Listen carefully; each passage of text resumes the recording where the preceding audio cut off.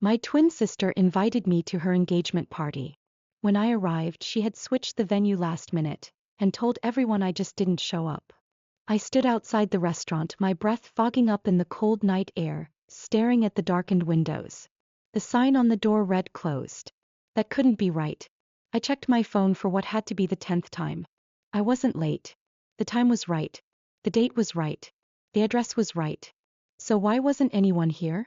I swallowed hard and scrolled through my messages. The last thing Tessa had sent me was a reminder earlier in the week. Can't wait to see you there. Dress nice. I was wearing the dress I had picked out weeks ago, a soft blue one that I knew complimented me well. I had even curled my hair, spent extra time on my makeup, made sure to arrive right on time so I wouldn't miss anything. And now I was standing outside an empty building, gripping my clutch, feeling like an idiot. I tried calling Tessa. No answer. I tried texting. Hey, I'm at the restaurant but it's closed? Where is everyone? 3 dots appeared. Then they disappeared. A bad feeling settled in my stomach. I pulled up our mom's number and hit call. She answered on the second ring, her voice light and happy. Hey sweetie, are you on your way? My stomach dropped. On my way. I'm here, I said slowly. At the restaurant. Pause. Then she let out a small laugh. Oh honey, Tessa changed the venue a couple days ago. Didn't she tell you? Oh. No, she hadn't. I felt heat rush to my face. What's the new address? I asked, my voice coming out tighter than I wanted it to. Oh, it's at La Rosa now. We're all here. You should hurry, everyone's been wondering where you are. Everyone's been wondering where I am. I took a shaky breath. I'll be there soon, I said, then hung up before I could say something I'd regret. I got in my car, gripping the steering wheel hard enough to make my knuckles go white. This wasn't a mistake. Tessa had changed the venue and hadn't told me. Not once in the last few days had she sent me a quick text, a heads up, a reminder. Nothing. I swallowed down the sick feeling in my gut and started driving. When I arrived at La Rosa, the party was already in full swing. The restaurant was buzzing with laughter and clinking glasses, the kind of energy that only comes from a celebration where everyone is comfortable, happy, included. Everyone except me. I stepped inside, scanning the crowd, my heart pounding. I spotted my mom first, chatting with an aunt near the bar. Then my dad, already deep in conversation with Tessa's fiancé, Matt. And then I saw her. Tessa, standing in the center of it all, looking effortlessly perfect in a sleek white dress, drink in hand, laughing at something one of her friends had just said. She saw me almost immediately. Her eyes widened for a split second, like she hadn't actually expected me to come. But then just as quickly she smiled, playing it off. She walked right up to me, arms open like nothing was wrong. There you are, she said, voice dripping with warmth, like I was some long-lost friend who had finally made it. We were starting to think you weren't coming. I stared at her, barely able to process what I was hearing. He knew. She knew I had been at the wrong place. She knew she never told me. And now she was acting like this was my fault? My throat felt tight, but I forced a small, tight-lipped smile. I was at the first restaurant. Tessa's face didn't even flinch. Oh shoot, did I forget to text you? She let out a small laugh. I could have sworn I did. No apology. No real concern. Just a casual throwaway line. And that was when I knew for sure. This wasn't an accident. I wanted to call her out right then and there. I wanted to ask why. I wanted to demand an explanation, make her say it out loud. I didn't want you here. But I knew Tessa. She would just smile, act confused, make it seem like I was the one overreacting. And I wasn't going to give her that satisfaction. So I just nodded and said, guess so. Then I walked past her and into the party, ignoring the way she watched me go. As I moved through the crowd, I noticed something else. People were looking at me. Not in a friendly, welcoming way. In a pitying way. Like they already knew something I didn't. I caught a snippet of a conversation between two of our cousins. She actually showed up? I thought she wasn't coming. My stomach twisted. I stopped near the drink table, scanning the room, my pulse in my ears. And then I heard it. Tessa told me Lena decided not to come last minute. The words were spoken so casually, like they weren't a complete lie. My heart nearly stopped. Tessa had told them I wasn't coming. She had set this up perfectly. She changed the venue, didn't tell me, and then let everyone believe that I had just flaked on her engagement party. Like I was the bad sister. Like I was the one who didn't care. like I had just chosen not to be there for her. I felt my entire body go cold. This wasn't just about leaving me out. This was about making me look bad. And it had worked. Because when I glanced around the room, I realized most people weren't looking at me with anger. They were looking at me with disappointment. Like they thought I had really done this. Like they believed her. I took a shaky breath, forcing myself to stay calm, to stay in control. Tessa wanted me to be upset. She wanted me to cause a scene, to demand an apology, to make her look like the victim. So I did the last thing she expected. I smiled, grabbed a drink from the table and acted like nothing was wrong. I wasn't going to fix this for her. I wasn't going to play along. She wanted to make me look like the bad guy? Fine. But soon enough she was going to regret it. I sat at the party holding a drink I wasn't even sipping, smiling just enough that no one could accuse me of being in a bad mood. But inside I was fuming. The more I thought about it, the more the reality of what Tessa had done started to settle in. She had planned this.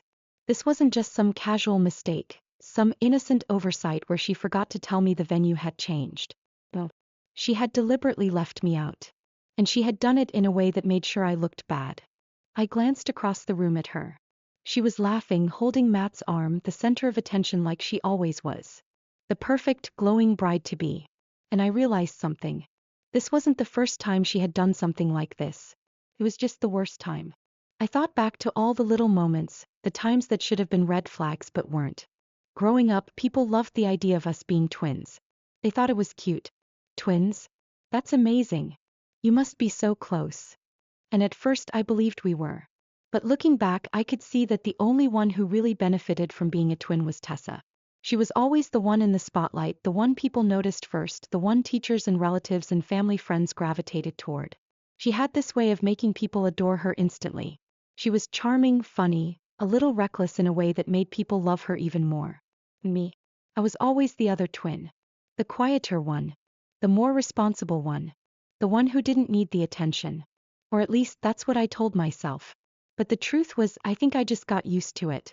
I got used to people forgetting my name at family gatherings and calling me Tessa's sister instead. I got used to being left out of things because people assumed I wouldn't be interested. I got used to Tessa taking credit for things I did because people wanted to believe that she was the talented one. And worst of all, I got used to Tessa controlling the narrative. If she didn't want me somewhere, she just rewrote the story. Like when we were kids and she got invited to a birthday party and told everyone I was sick, even though I never even knew about the invitation. Or when she started dating one of my guy friends in high school and told him I had a crush on someone else so that he wouldn't get the idea that maybe I liked him too. Or the time she told our parents I was too busy to come home for Thanksgiving, when the truth was she never invited me in the first place. I had spent my whole life letting her control the story. And now she had done it again. She had changed the venue behind my back. She had lied to everyone and told them I flaked. And the worst part? No one even questioned it. Because why would they? That was the version that fit the narrative she had built. Tessa the fun, social, lovable one. Me the distant, forgettable, flaky sister. I clenched my jaw, feeling a familiar knot of resentment forming in my chest. Because I knew exactly how this was going to go. If I confronted her, she'd act innocent. She'd say she forgot, that it was a mistake, that I was being dramatic. And our parents? They'd tell me to let it go. Because that was always the answer. Come on, Lena, don't start drama.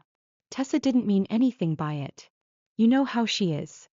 And I was so tired of hearing that. So instead of saying anything, I just sat there. Watching. Waiting. And I let the silence stretch. Because I wasn't going to play her game anymore. I wasn't going to be the one who ran after her, trying to fix things, trying to force her to care. No. This time she could be the one who noticed my absence. And it didn't take long. An hour into the party, after I had avoided her all night, she finally came up to me. Lena, she said, her voice sugary sweet, like she was already trying to smooth things over before I could even call her out. I raised an eyebrow. Tessa. She smiled, like this was just a normal conversation between two sisters who weren't currently in a silent war. You look amazing. I'm so glad you made it. Yeah, I said, swirling the drink in my hand. It was tricky, since I had to find the party first. Her smile flickered just for a second. But then she laughed like I was joking. Come on, don't be mad, she said, nudging my arm. It was just a mix-up. I thought I told you. You didn't. She blinked, then gave a little shrug like it didn't matter. Well, you're here now, so no harm done, right? I let the silence sit. I watched the way she waited for me to brush it off. She expected me to say it's fine and move on just like I always did. But I didn't. Instead, I tilted my head.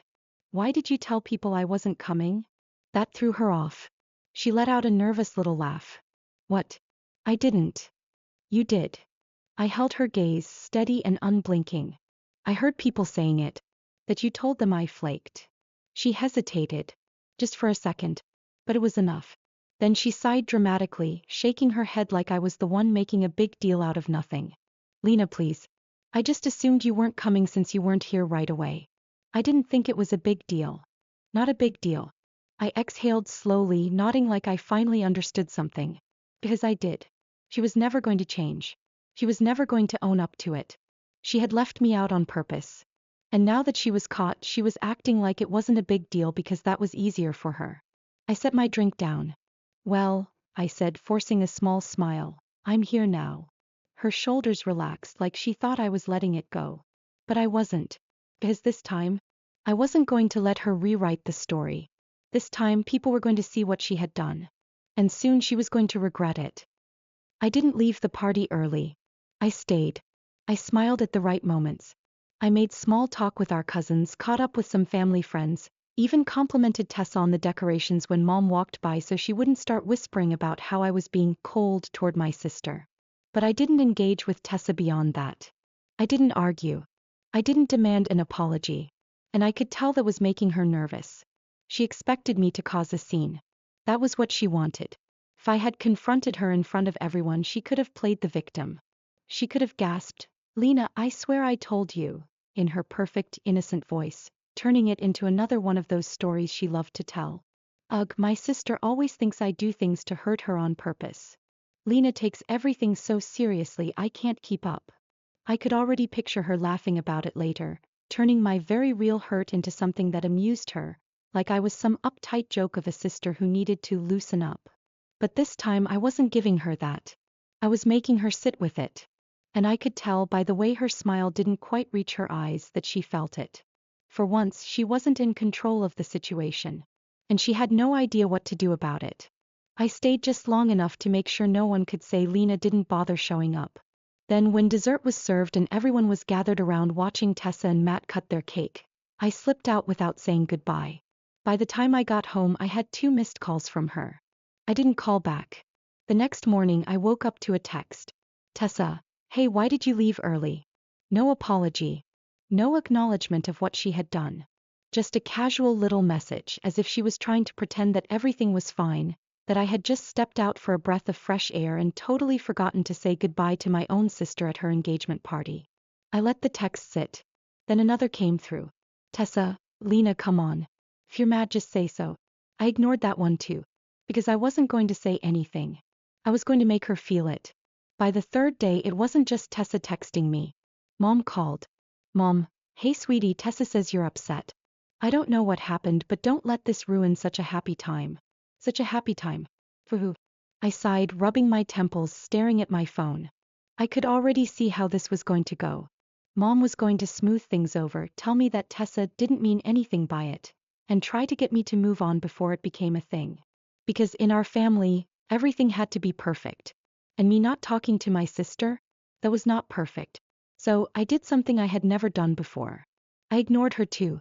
And that was when people started noticing. A few days later, I was out running errands when I bumped into my cousin Kayla. Hey, where have you been? She asked, frowning. I thought you'd be helping with wedding stuff, but I haven't seen you in the group chat. I blinked. What group chat? She hesitated. The bridal party one? I let out a short, humorless laugh. Of course. Of course Tessa had already started planning without even bothering to tell me. I should have been surprised. I wasn't. Guess I wasn't invited to that either, I said, voice light even though my stomach was tight. Kayla frowned. Wait, seriously?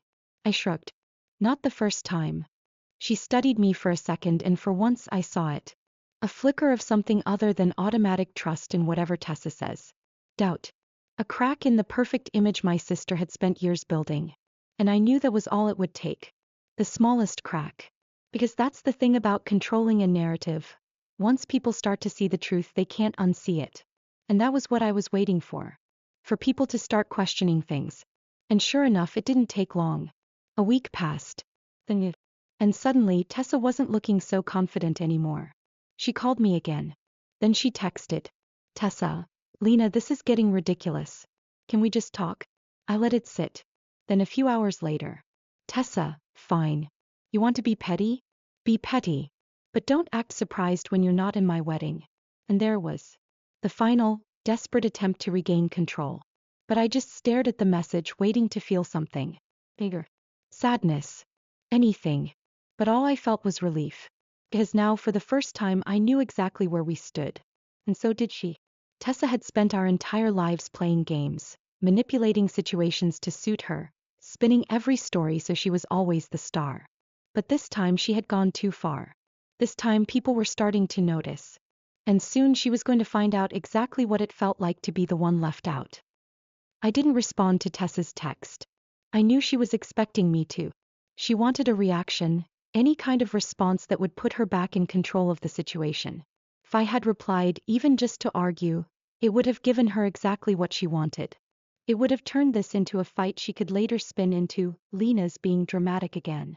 So I let the silence sit. And it didn't take long for the consequences to start. The next time I saw my mom, she was holding back frustration, but I could tell she had been dying to bring it up. Sweetheart, she started carefully, I think you and Tessa should talk. I took a sip of my coffee and shrugged. She's welcome to call me anytime. Mom sighed like she thought I was being difficult.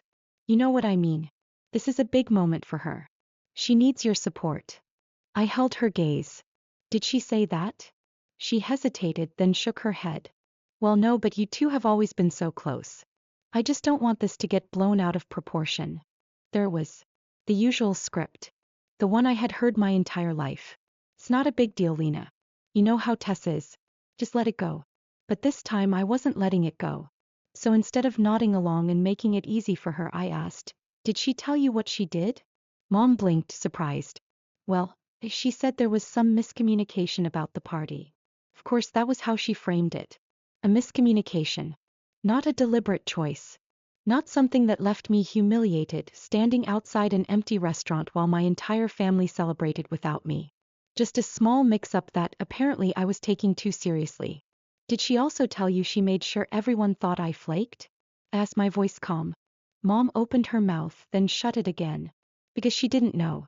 Of course she didn't know. Tessa wouldn't have mentioned that part. I exhaled, setting my coffee down. Mom, I have spent my entire life playing along. Do you know how many times she's done things like this?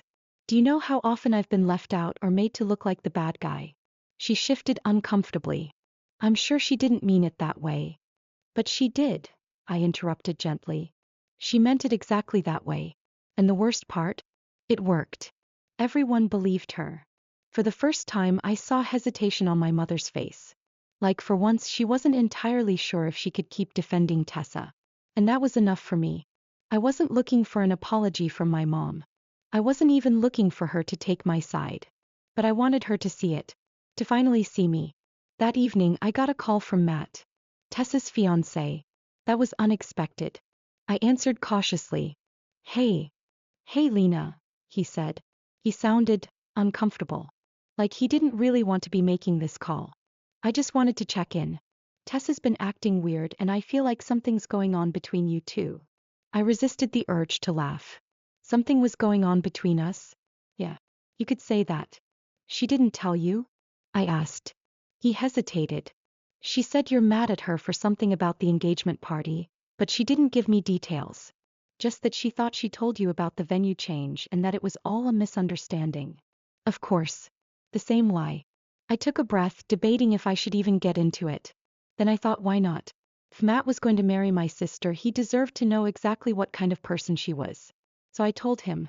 I laid it out clearly, without bitterness, without over-explaining, just the facts. How she changed the venue last minute. How she never told me. How she let everyone believe I didn't show up. How for my entire life she had done things like this. Matt was quiet when I finished. Wow, he finally said. That's a lot. I let out a humorless laugh. Yeah. It is. Another pause. Then he said, I don't know why she would do that. I do, I said. Because it works. Because no one ever questions her. He sighed. I need to talk to her. And for the first time I thought, good. Someone should. I didn't hear from Tessa that night. Or the next day. But I knew the conversation had happened because by the end of the week I got a text. Tessa, can we talk? Just 3 words. No apology. No attempt to justify herself. I thought about ignoring it. But something in me was curious. So I replied, about what? She called immediately. I picked up waiting. She sighed into the phone. Matt is mad at me. I almost laughed. That's what you wanted to talk about? I mean, so. Not just that. She hesitated. But yeah, he's upset. He thinks I did it on purpose. I stayed silent. She let out a shaky breath. Did you tell him that? I told him the truth, I said simply. She was quiet for a long time. Then finally she said, I didn't think it would be a big deal. I closed my eyes, shaking my head. That's the problem, Tessa, I said. You never think it's a big deal when it happens to me. She inhaled sharply and for once she didn't have a quick response. He was actually listening. I'm sorry, she said, barely above a whisper. And the thing was, I believed her. But I wasn't sure if it was enough. So instead of saying I forgive you, I said, I hope you mean that. He swallowed. I do. I exhaled, nodding to myself. Then before she could try to smooth things over with another joke or some excuse, I said, we'll see. And for the first time it felt like the story was finally mine to tell.